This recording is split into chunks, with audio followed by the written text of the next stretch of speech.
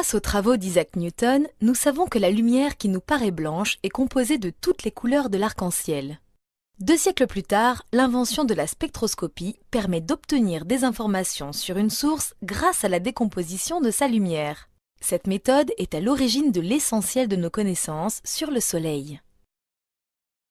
Envoyons la lumière d'une lampe à incandescence sur un prisme. Celui-ci décompose la lumière blanche de la lampe et forme son spectre sur l'écran. Ce spectre, appelé spectre continu, est produit par les corps solides ou liquides portés à incandescence ou encore par les gaz à très haute pression et haute température. Si la lampe à incandescence est remplacée par un gaz sous faible pression excité par une décharge électrique, le spectre obtenu est alors formé de raies colorées sur fond noir. C'est un spectre d'émission caractéristique de l'élément chimique constituant le gaz. Si maintenant nous interposons ce même gaz entre une lampe à incandescence et un prisme, nous obtenons le même spectre mais inversé, c'est-à-dire constitué de raies sombres sur un fond coloré. Les raies sombres sont à la même position que les raies colorées du spectre d'émission. Elles sont caractéristiques du gaz absorbant. Analysons maintenant la lumière qui nous vient du Soleil. À première vue, il s'agit d'un spectre continu. Mais une observation plus fine nous montre qu'en réalité, son spectre est constitué de centaines de raies sombres.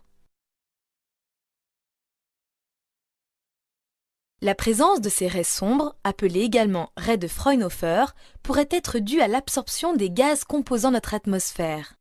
Y a-t-il un moyen de prouver ou d'infirmer cette hypothèse? Lorsque le Soleil est au zénith, ses rayons lumineux traversent moins d'atmosphère que lorsqu'il est à l'horizon. On s'attend donc à ce que les raies d'absorption du spectre solaire au zénith soient moins intenses qu'à l'horizon. On constate que la majorité des raies d'absorption ne sont pas affectées. Cela prouve que l'atmosphère terrestre n'est pas responsable de la totalité des raies du spectre solaire, mais seulement de celles dont l'intensité varie avec la hauteur du Soleil. Ces dernières sont appelées raies telluriques.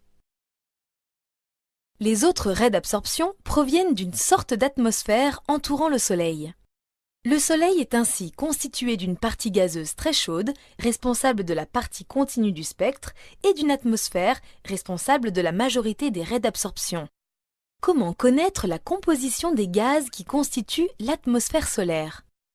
Grâce au spectre étudié en laboratoire, il est possible de déterminer les éléments chimiques présents dans l'atmosphère du Soleil en regardant si les raies de leur spectre d'émission correspondent à certaines raies de Fraunhofer. On peut ainsi prouver qu'il existe, dans l'atmosphère du Soleil, une quarantaine d'éléments chimiques dont l'hydrogène, l'hélium, l'azote ou encore le calcium.